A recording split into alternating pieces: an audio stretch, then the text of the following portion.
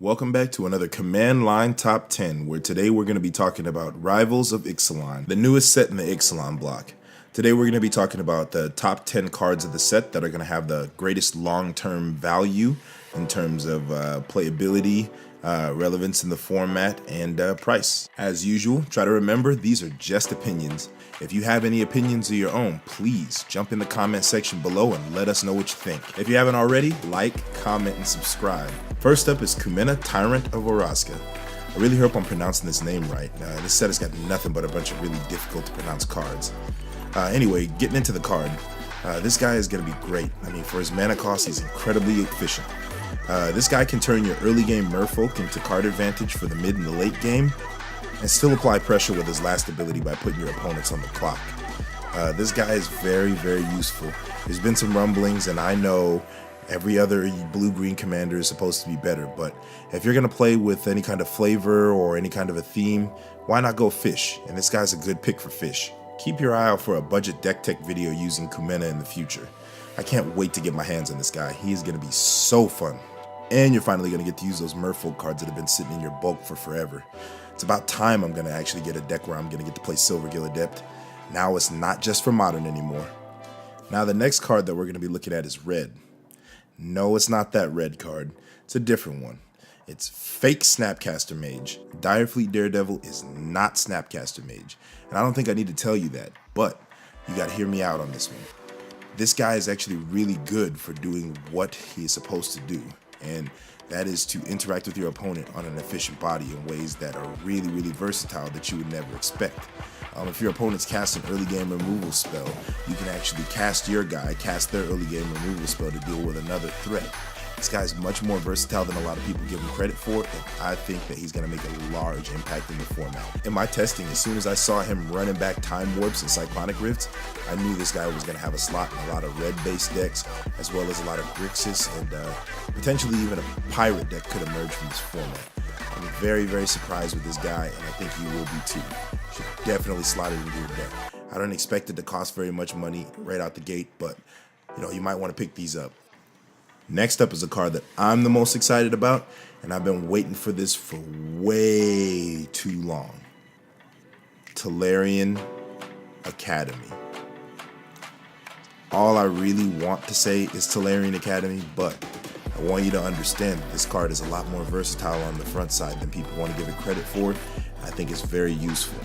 About that pirate deck that we were talking about before with Direfleet, whatever his name is, fake Snapcaster Mage, you really, really want to be having creatures in play early and being able to take advantage of that early game effect, so that way you can get the treasure, and the treasure can be used to flip the card at the end step. So that way the following turn, when you Tellurian Academy and storm off or do any other kind of crazy thing that you were thinking about doing, you could say that you went off with a bunch of booty. Tell me you're ready to say that, because I am so ready to say that. What? I like booty. I know you do too. Fight me if you don't like it. Our next card on the list seems to be a very underrated card in this set. It's Vona's Hunger. Now, Vona's Hunger is having a little bit of trouble getting its credit, but let me just kind of put it in perspective for you. Vona's Hunger is really good on curve for dealing with creature-based threats that can end the game the turn that they come into play. So turn 2 wins, turn 3 wins, Vona's Hunger is actually really useful in shutting those off. And it also gains you a lot of extra tempo and card advantage off of making all of your opponents sacrifice anything. So it's pretty neat if you can stop a Narset player as well as taking away mana dorks from other players. Card is very, very, very good, and I really, really hope that most of the people that are not giving this card as credit really put it in their deck and give it another shot. This card was really cool in my testing, and I had a really good time playing it. On top of its power level, end game, if you happen to be able to get the last part of that end game ability off, I mean, it might as well be something like Pox or one of the other really good cards, but you get the idea. It's good. Now this is a weird card, and I'm wondering why they printed this card at this time. I don't think there's any really relevant graveyard-based strategies in Standard or anything right now, so, I mean, I could be wrong. But Silent Gravestone is a very, very interesting card.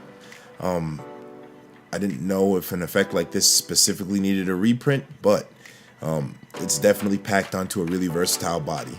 I like the fact that it actually works with, dealing with any kind of the graveyard-based deck's special abilities and triggers, as well as being able to exile the graveyards just in case if a threat gets out of hand.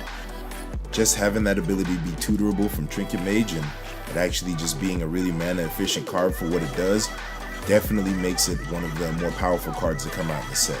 I know for sure that I'm definitely going to be playing it. The next card might come with a little bit of controversy.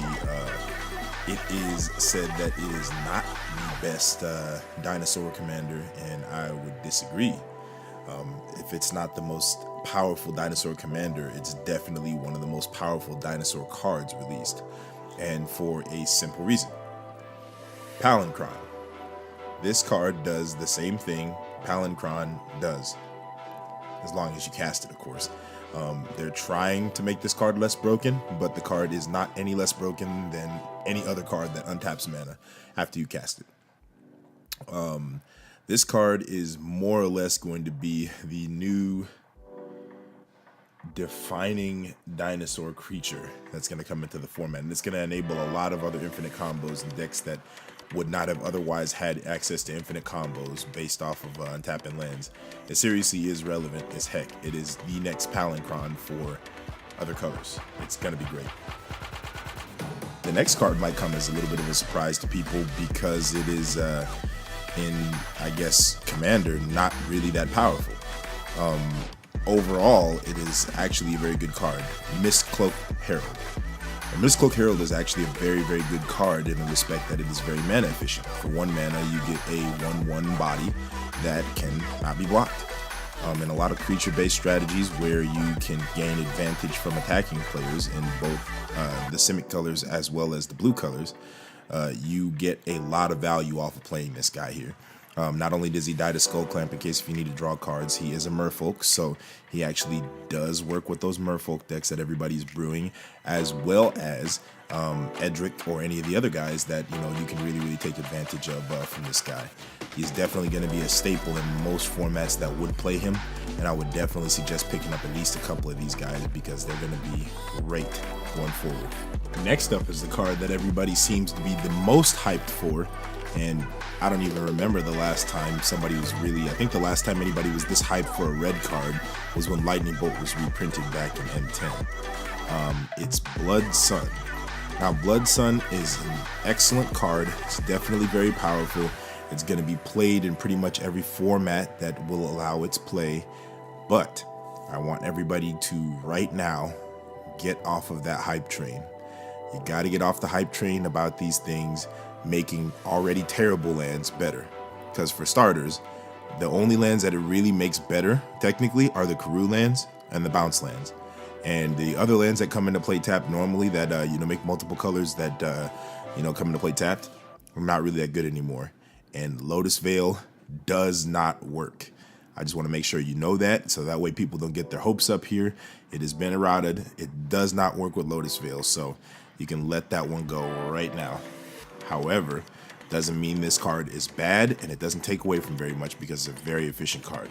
Enter the Unknown on the surface doesn't look like a very powerful card, but it's not that bad, believe it or not. The Explore effect allowing you to play an extra land ramps you up for 1 mana, which is kind of neat. And yes, I know for sure it does not draw you a card, but the actual Explore mechanic is not the worst because it actually enables some strategies. So for example, it's like a ramp spell in like a deck like Marin. It actually allows you to look at the top part of your library. If it's a land, a big whoop, it digs you a little bit further and gets a land out of the way. But it also gives you the option to be able to put the card back on top of your library if you like it, or put it into the graveyard.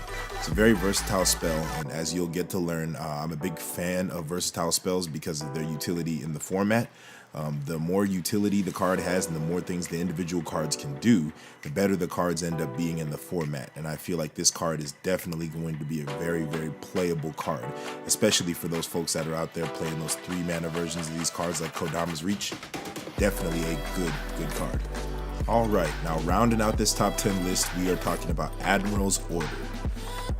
This one took a little bit of convincing. Believe it or not, it was a different 3-mana blue card that was on the list ahead of time before this one. But after doing a little bit of testing on this card, I realized I was actually wrong. This card is very, very relevant and very versatile in ways that I didn't give it credit for initially. On the surface, it's just a average 3 converted mana cost counterspell, but that raid trigger is actually a very, very relevant thing, especially in, respect to protecting your general, or, protecting any combos or combat tricks or anything like that you're trying to accomplish. And then in your second main phase, it actually has a lot of versatility there. It makes it pretty playable in a lot of ways that I didn't give it credit for in the beginning. So if you're sleeping on this card, it's definitely worth a second look. And I know for sure that in certain decks, I definitely want to play this. Well, that looks like that's it. I just wanted to thank you for joining me in another top 10 here, and hope to see you back on the next one. Thank you so much for tuning into the channel here, and if you like this video and you want to see others just like this one, you already know what to do. Make sure to smash that subscribe button. If there's any other top 10s that you want to see, we are taking submissions. Just make sure that you go on ahead and give us a comment or give us an email, or reach out to us on all the various social media platforms that we have, and we will make sure to keep bringing you this awesome content and keep doing other fun things to keep the community engaged and active.